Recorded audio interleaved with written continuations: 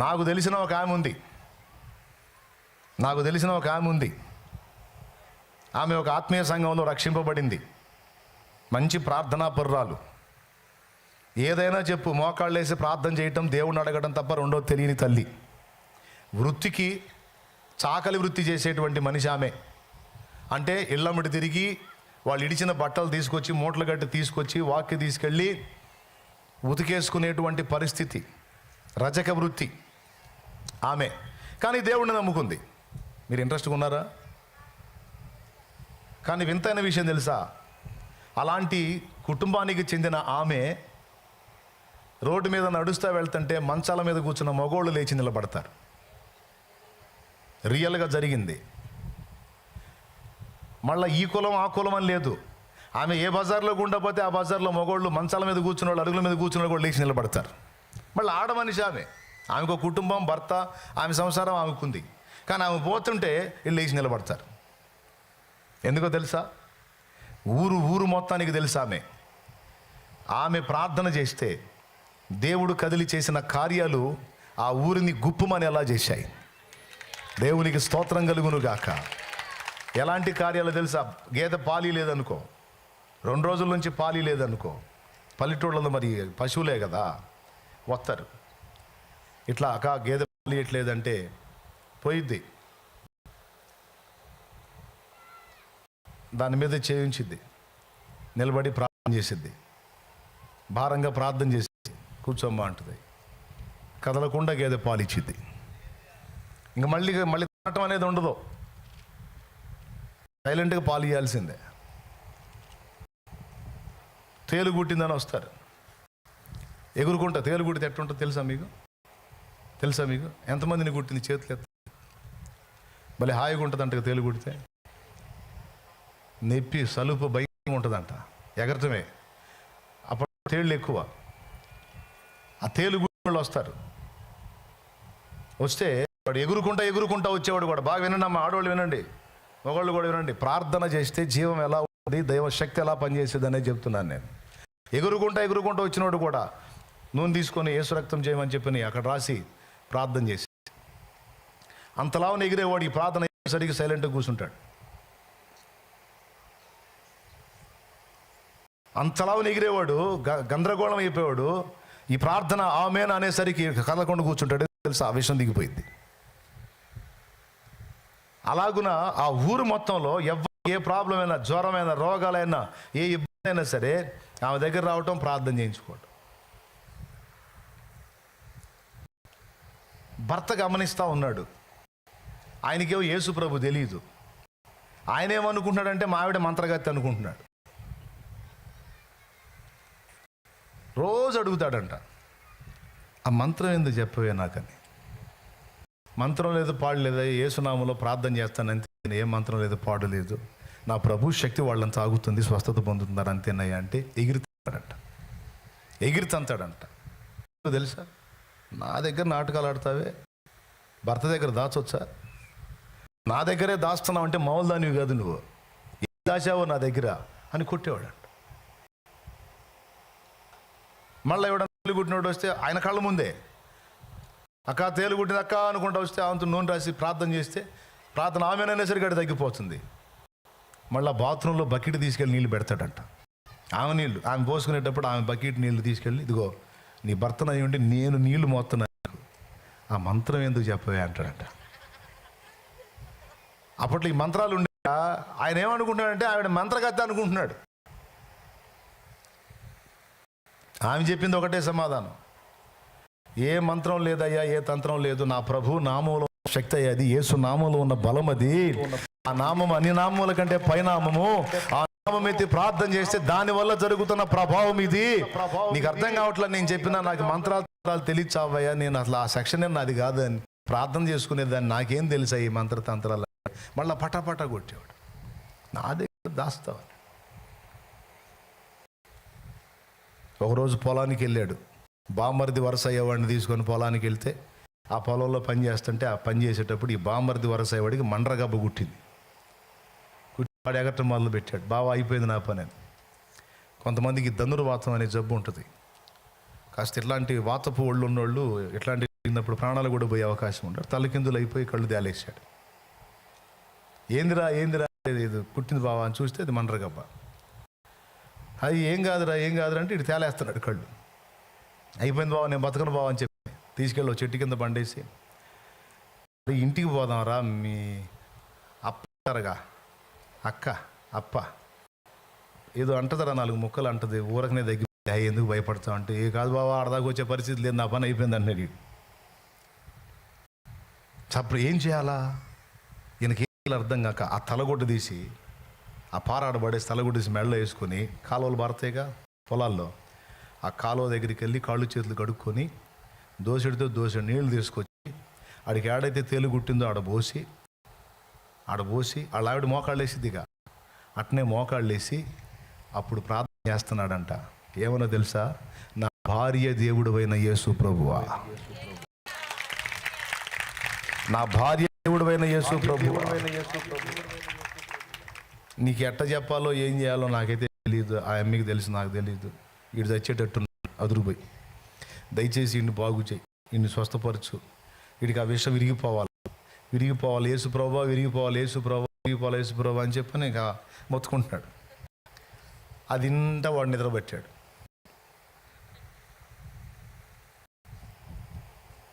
ఏంది వీటి సౌండ్ చేయదని ప్రార్థన ఆపి లేచాడు. లేచి హాయిగా నిద్రపోతాడు. తట్టాడు, ఎరా ఎట్టుంది అన్నాడు. బావా నీకు కూడా మంత్రం అన్నాడు వాడు. ఇప్పుడు నేర్చుకున్నా బావ, నీకు కూడా నేర్పిందా, నువ్వు కూడా నేర్చుకున్న మంత్రం అంటే అప్పుడు అర్థమైపోయింది అతనికి. ఇక అదే లేచి ఆ కండం మెడ వేసుకుని వెళ్తున్నాడంట పొలానికి అడ్డం పడి. బావా ఎక్కడికి వెళ్తున్నా, నేను ఇంటికి వెళ్ళాలన్న.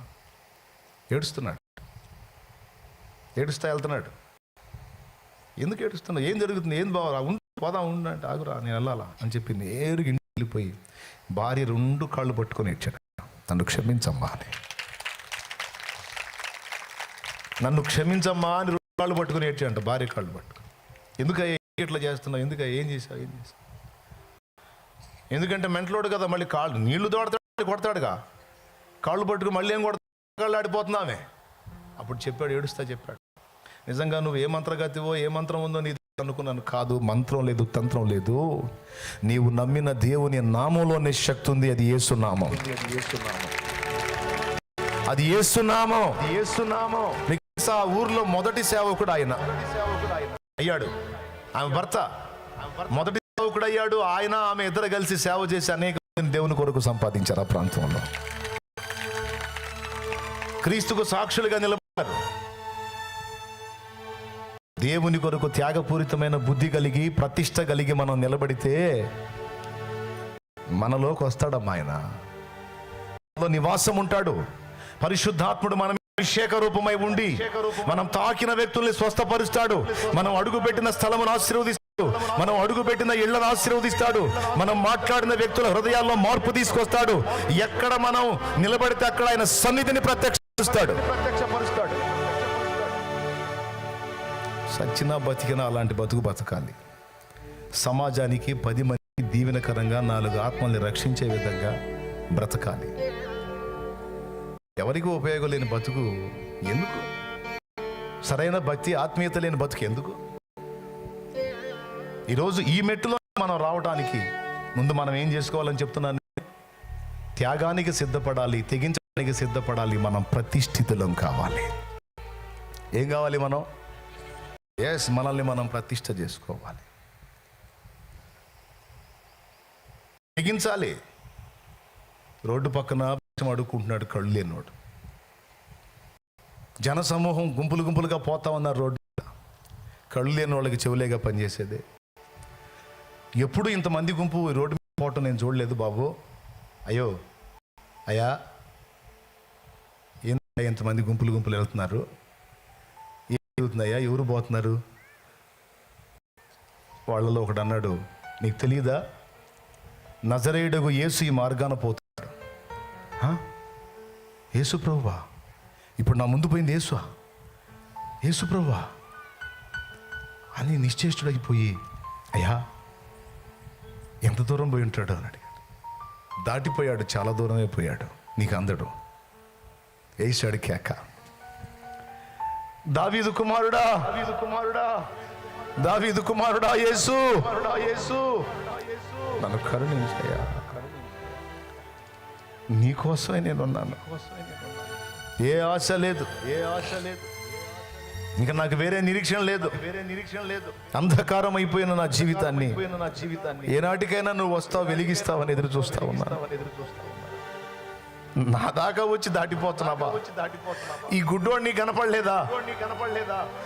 ఈ బలహీనుడు నీ కనపడలేదా? ఈ అవమానాల్లో బతికేవాడు, ఈ దరిద్రుడు, ఈ దీనుడు నీ కనపడలేదా? నా దాకా వచ్చి నన్ను దాటిపోతావా ప్రభు? వేసాడు, కేకలేస్తా ఉన్నాడు. కేకలేస్తూ ఉంటే కొంతమంది వచ్చారు. కొంతమంది వచ్చి, రేయ్ గుడ్డోడా, నోరుమై, ఆపురా నీ అరుపులో, అయ్యా ఆయనకి వినపడవు, చాలా దూరం వెళ్ళాడు, నోరుమై ఆపో అని కేకలేస్తున్నారు వీళ్ళు ఆడి మీద. వాడేం చేశాడు తెలుసా? అడుక్కునేవాళ్ళు మనం గెదింతే లోపడతారు, ఎందుకంటే మనం భిక్షం ఏమేమో అనే భయం వాళ్ళకి. ఏమండి, ఇంట్రెస్ట్గా వింటున్నారా? వాళ్ళకి మనం భిక్షం ఏమేమో అని భయపడి మనం గదింతే వాళ్ళు ఆగిపోతారు. కానీ ఈరోజు అతని నిర్ణయం అతని లైఫ్నే ఒక ఆశ్చర్యకరమైన మలుపులోకి తీసుకెళ్ళిద్ది. ఇప్పుడు అతను ఏం చేయాలి అంటే తెగించాలి. ఈ రెండు ఆప్షన్ లేదు. ఒకటి, శాశ్వతంగా గుడ్డి బతుకు బతకడానికి ఫిక్స్ అయిపోవాలి, లేదా ఏమైతే అది అయింది, వీళ్ళు భిక్షం వేస్తే వేశారు, పట్టించుకుని లేకపోతే లేదని తెగించాలి. వాడు రెండో చేశాడు. ఏం చేశాడు తెలుసా?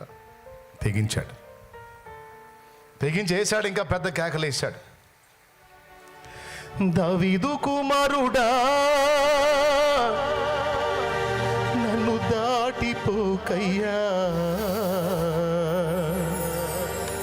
నజరేతువాడా నన్ను విడిచిపోకయ్యా,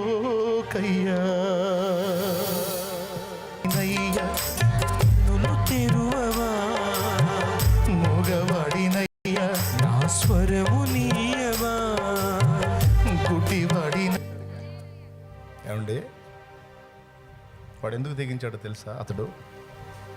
వాడు అనకూడదులే, ఆయన ఎందుకు తెగించాడో తెలుసా? అక్కడ లేనాడు. ఈ దరిద్రులు ఏం చేయాలండి? వచ్చిన దరిద్రులు ఏం చేయాలండి?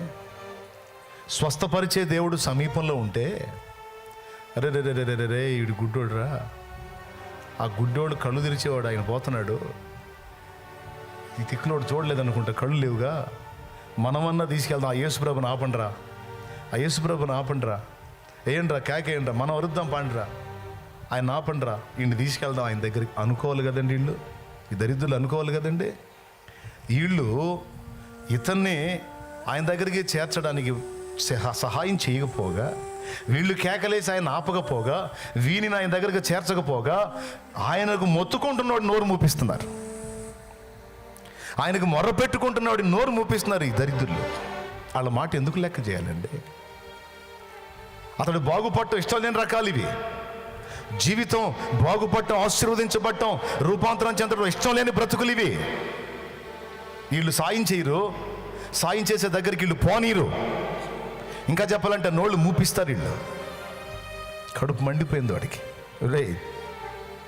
రే నా గుడ్డి బతుకు మీకు అర్థం కావాలంటే మీ కళ్ళు పోతే మీకు అర్థమవుతురా? నా కంచంలో ఏముందో నాకు తెలియదురా. అరే ఇంత నలుసుబడ్డా మీరు తీసుకొని తింటారు, కానీ నా కంచంలో ఈగలు పడ్డాయో, దోమలు పడ్డాయో, చీమలు పడ్డాయో నాకు తెలియదురా. మిడతలు పడ్డాయో, ఏం పడ్డాయో తెలియదురా. నేను అలా కలుపుకొని తింటా ఉంటే అది నా పంటి కింద పడి నాకు అర్థమైనప్పుడు, నా నోరు వాసన వచ్చినప్పుడు, అయ్యో ఏదో పడినట్టుందని అన్నాన్ని పక్కన పెట్టుకుని ఏడ్చుకుంటా చేతులు కడుక్కుని ఉంటా నేను. నా బాధ మీకు తెలుసురా? కళ్ళు లేని అంధకారపు బ్రతుకు, నా జీవితంలో వెలుగు చూడలేదురా నేను. కనీసం నన్ను కన్నా తల్లి ముఖం నాకు తెలియదు, నా తండ్రి ముఖం, నా ముఖం కూడా నాకు తెలియదురా. రోడ్డు మీద వస్తుంటే కళ్ళు ఉన్నోళ్ళు గేదెలు వస్తున్నాయి, అయ్యో వస్తున్నాయి పక్కకు తొలుగుతారా? నాకు తెలియదురా. ఎక్కడ గుంటుందో ఎక్కడ మెరకుందో నాకు తెలియదురా, ఎక్కడ పశువులు నా మీదకి వచ్చి పడతాయో నాకు తెలియదు. ఎన్నోసార్లు పశువులు నీటినప్పుడు కింద పడి కాళ్ళు దెబ్బతిన్నాయి. గుంట మెట్ట అర్థం కాక పడి ఎన్నోసార్లు నా మోకాళ్ళు కొట్టుకుపోయింది. కన్నీళ్ళు రా నా బ్రతుకు, శాపం రా నా బ్రతుకు, ఏడుపు రా నా బ్రతుకు. నా కళ్ళు వెలిగించేవాడు, నన్ను బాగు చేసేవాడు నా ముందుగా పోతుంటే నా కోసం ఆయనను కేక వేసి ఆపకపోగా, నన్ను ఆయన దగ్గరికి చేర్చకపోగా, దరిద్రులారా నా నోరు మూపిస్తారా? మిమ్మల్ని నేను ఎందుకు లెక్క చేయాలరా? నేను మిమ్మల్ని నమ్మను, నేను ఆయననే విశ్వసిస్తాను, నేను ఆయననే నమ్ముకుంటాను. ఎందుకంటే మీలాంటి కఠినుడుగా ఆయన దయగలవాడు. ఎంతో మందిని బతికించినోడు, బాగు చేసినోడు, స్వస్థపరిచినోడు. నా మొర వినడా అని మళ్ళీ పెద్దగా అరిచాడట. దావీదు కుమారుడా అని ఇంకా పెద్దగా వేశాడు. ఆగిపోయాడు యేసయ్య. విశ్వాసాన్ని సిగ్గుపరచని దేవుడు నా దేవుడు, నమ్మికను వమ్ము చేయని దేవుడు నా దేవుడు. ఆయన పేరు నజరేయుడగు యేసు. ఆగిపోయాడు. చక్క నడిచేవాడు టక్కున ఆగిపోయాడు. ఆయన వెనక పెద్ద గుంపు, జనసమూహం, గోల. ఇంత గోలలో ఆ దీనుడి ఆర్తధ్వని విన్నాడు.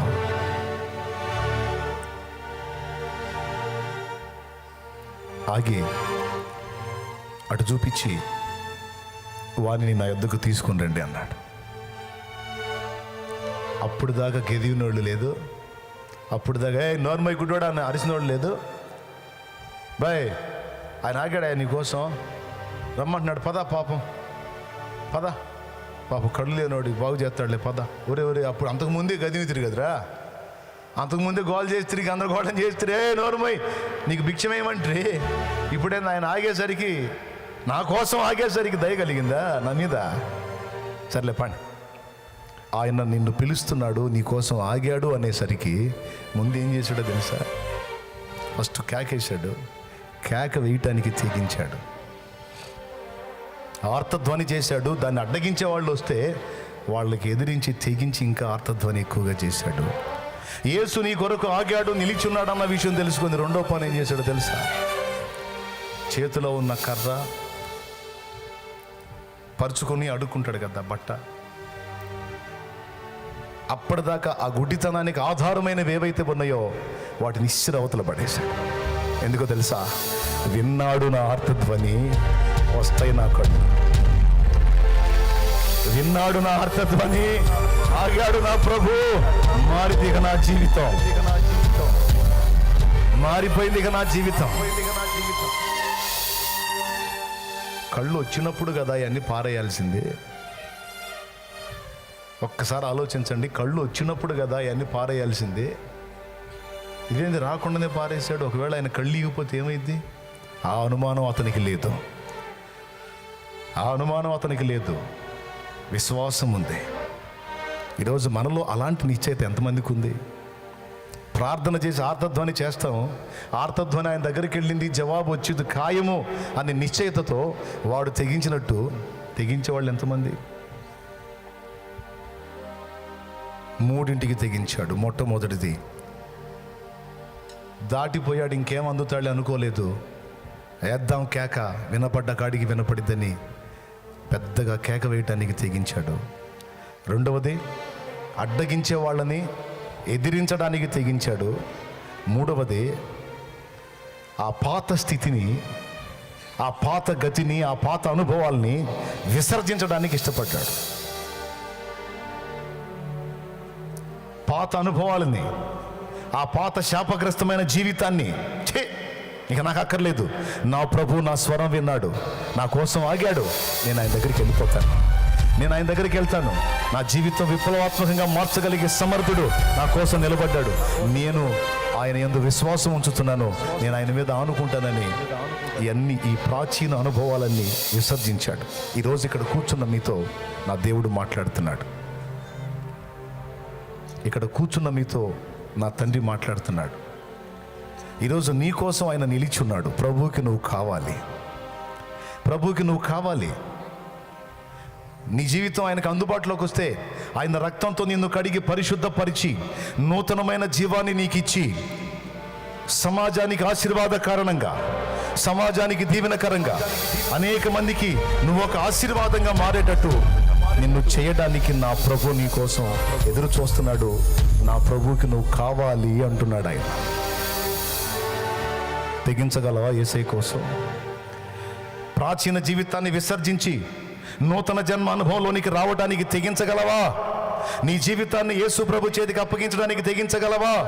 నా యేసు ప్రభు మాట విని ప్రతిష్ఠితుడవై, ప్రతిష్ఠితురాలివై, పవిత్రత కలిగి అనేకుల కొరకు ప్రార్థన చేసే వ్యక్తిగా, సమాజాన్ని వెలిగించగలిగే వ్యక్తిగా నిన్ను నువ్వు ప్రతిష్ఠ చేసుకోవడానికి తెగించగలవా?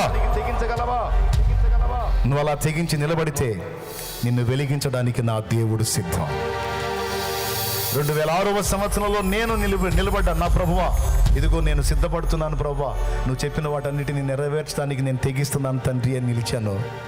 ఆ రోజు నుంచి ఈ రోజు దాకా ఆయన కృపతో నన్ను నింపి ఆయన దయతో వాడుకుంటున్నాడు నా ప్రభు. హల్లెలూయా.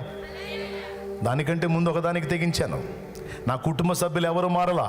2002 ఏప్రిల్ 17వ తారీఖున యేసు ప్రభుని నా సొంత రక్షకునిగా అంగీకరించి మారు మనసు పొంది పాప క్షమాపణ నిమిత్తం బాప్తిస్మం పొంది నా పాపిష్టి జీవితాన్ని కడిగేసుకొని క్రొత్త జన్మ అనుభవంలోనికి రావడానికి తెగించాను. అది మొదటి తెగింపు. నా ఫ్యామిలీ ఏమనుకుంటారో, నా ఫ్రెండ్స్ ఏమనుకుంటారో, ఎవడేమనుకుంటాడో, నా బంధువులు ఏమనుకుంటారో తీసి అవతల పెట్టేశా. 25-30 మొక్కులు ఉన్నాయి దాదాపు. తీర్చాల్సిన మొక్కులు ఒక్కటి కూడా తీర్చలా. మారు మనసు పొందని యేసు ప్రభు నిజమైన దేవుడు అని అర్థమైపోయింది. నా పాపములన్నిటినీ కడగటానికి ఆయన తన రక్తాన్ని నా కోసం చిందించాడని అర్థమైపోయింది. ఈ భూమి మీద అనిపించే శ్రమలు కాదు, ఇంతకంటే ఘోరమైన శ్రమ నరకాగ్ని అని అర్థమైంది. ఆ నరకం నుంచి నన్ను కాపాడటానికి, నాకు మనశ్శాంతిని ఇవ్వడానికి, నిత్యరక్షణ ఇవ్వడానికి, నా పాపాలన్నీ తన మీద వేసుకొని మోయడానికి యేసు ప్రభు మహిమను వదిలిపెట్టి భూమి మీదకి వచ్చి నా కోసం అరికాల మొదలు నడినెత్తి వరకు, శిర మొదలుకొని సిరి పాదం వరకు సర్వ శరీరము రక్తసిక్తమై ప్రాణం పెట్టి తిరిగి లేచాడని నాకు అర్థమైపోయింది. ఆయన రక్తంలో నా పాపాలు కడుక్కుంటే నాకు నిత్య జీవం, బ్రతుకులో శాంతి, జీవితానికి విలువ అన్న సంగతి నాకు అర్థమైపోయింది. మారు మనసు పొంది పాపక్షమాపణ నిమిత్తం బాప్తిస్మం పొంది నా జీవితాన్ని ఆయన చేతికి అప్పగించాను. వినండి, నేను తెగించినటువంటి తెగింపు నాకు వ్యర్థం కాల.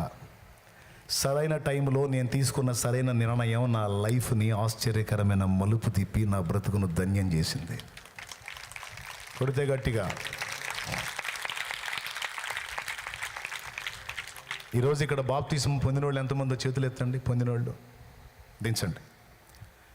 నేను ఇంకా బాప్తిస్మం పొందలేదన్నా, నా జీవితాన్ని యేసయ్య చేతికి ఇంకా అప్పజెప్పలేదన్నా అన్నోళ్ళు చేతులు ఎత్తండి. నేను ఇంకా పొందలేదన్నా, రక్షణ పొందలేదు, బాప్తిస్మం పొందలేదు, నా జీవితాన్ని నా ప్రభు చేతికి అప్పజెప్పలేదు, ఇంకా రక్షింపబడలేదన్నా అన్నోళ్ళు చేతులు ఎత్తండి. ఈరోజు మిమ్మల్ని స్ట్రైట్గా అడుగుతున్నాను, నిత్యం మండే నరకాగ్ని ఉందని నీకు తెలుసా? ఆ నరకం నుంచి నిన్ను కాపాడటానికి యేసు ప్రభు నీ కోసం ఎంత త్యాగం చేశాడో తెలుసా? ఎవరైనా ఒక చేతిని రాయి మీద పెట్టుకొని ఇంకో రాయితో చేతిని పచ్చడిగా నల్లగొట్టుకుంటే అతన్ని మనం ఏమంటాం తమ్ముడు? పిచ్చోడు అంటాం, మంచోడు అంటాం? పెద్దగా చెప్పండి. మరి పిచ్చి బట్టి యేసయ్య ఒళ్ళంతా పచ్చడి చేసుకున్నాడా? మైండ్ పోయి చేసుకున్నాడా? మనసు బాగలేక చేసుకున్నాడా? మెంటలేకి చేసుకున్నాడా? ఎందుకండి అరికాలు మొదలు నడినెత్తి వరకు, శిర మొదలుకొని సిరిపాదం వరకు రక్తసిక్తం అయ్యాడు? ఎందుకో తెలుసా? నీ కోసం, నా కోసం నోరు తెరుచుకుని ఎదురు చూస్తున్న నరకాగ్ని నుంచి మనల్ని కాపాడాలి. ఆయన మనల్ని ప్రేమిస్తున్నాడు. ఆయన రక్తం చిందించకపోతే, మన పాపాలు కడిగేసుకునే దారి ఆయన ఇవ్వకపోతే, మన పాపాలు ఆయన నెత్తినెత్తుకొని ఆయన మొయ్యకపోతే మనలో ఒక్కడు కూడా నరకం తప్పించుకోడు. ఆ నరకం నుంచి నిన్ను నన్ను కాపాడటానికి తన ప్రాణాన్ని పణంగా పెట్టాడు నా యేసయ్య. హల్లెలూయా, హల్లెలూయా. ఇప్పుడు ఆయన ఇచ్చిన రక్షణ పొందకపోతే నష్టం ఎవరికి? యేసు ప్రభుకా లేకపోతే నీకు నాకా? నష్టం ఎవరికి? మరి ఇన్నాళ్ళు ఎందుకు తెగించలేకపోయావు రక్షణ పొందడానికి? ఒకవేళ నీకు అర్థం కాక తెగించలేదా? మరి ఈరోజు అర్థమయ్యేటట్టు చెప్పాక ఈరోజు తెగించగలవా? నేను బాప్తీసం పొందినప్పుడు స్పేర్ బట్టలు కూడా తీసుకెళ్ళలా. ఇట్లాంటి కూటానికి పోయా. దేవుడి కృపలో అవకాశం వచ్చింది, నేను కూడా సిద్ధపడ్డా. ఇస్తామన్నారు, కట్టు బట్టల మీద పోయి నిలబడ్డా. మొక్కులు లేదు, తొక్కలు లేదు, మొత్తం ఇవన్నీ పక్కన పెట్టేశా. ఏం తీర్చలా, కట్టుబట్టల మీద పోయి నిలబడ్డా. ఇదే ఎండజాం ఇచ్చారు బాప్తీసం. పోయింది నా దరిద్రం, పాపిష్టి బతుకంతా. వాడు ఏం చేశాడు, ఆ పాత జీవితపు ఆ కర్ర, ఆ జోలే, ఆ సంచి, ఆ చిప్ప, ముష్టి మొత్తం ఇసురవతల పడేసి క్రొత్త జీవితం అనుభవంలోనికి ఏసై దగ్గరికి వచ్చాడు కదా. ఏసై దగ్గరికి వచ్చినప్పుడు అవన్నీ విసర్జించాడు కదా. విసర్జించి వచ్చి యేసు ప్రభుకు తను అప్పగించుకుని నిలబడ్డాడు కదా. అప్పుడు ఏసై ఏం చేశాడు తెలుసా? నేను నీకేం చేయగోరుతున్నావు ప్రభువా, నేను చూపు పొందగోరుతున్నా, నీవు కోరినట్లే నీకు అగును కాకపో అన్నాడు. పుట్టింది మొదలుకొని గుడ్డివాడైన మనుషుడి కళ్ళు వెలిగించబడ్డాయి. 2 కళ్ళు చూపు పొంది వెలిగించబడ్డవాడై, స్వస్థత పొందినవాడై అనేక మందికి వెలుగుగా మారాడు ఆయన. దేవునికి స్తోత్రం కలుగునుగాక. మీకు తెలుసా, దైవ జనుడయ్యాడు తర్వాత ఆయన. ఆ కళ్ళు వెలిగించబడ్డాడు. ఈరోజు మీ అందరికీ చెప్తున్నాను, రక్షణ పొందిన వాళ్ళు దేవుని కోసం ఒక ప్రతిష్ట కలిగిన జీవితం జీవించాలనుకుంటే నీ వల్ల సమాజం దీవించబడిద్ది, నీ కుటుంబం ఆశీర్వదించబడిద్ది, నీ కుటుంబంలో శాపం తొలగిపోయిద్ది.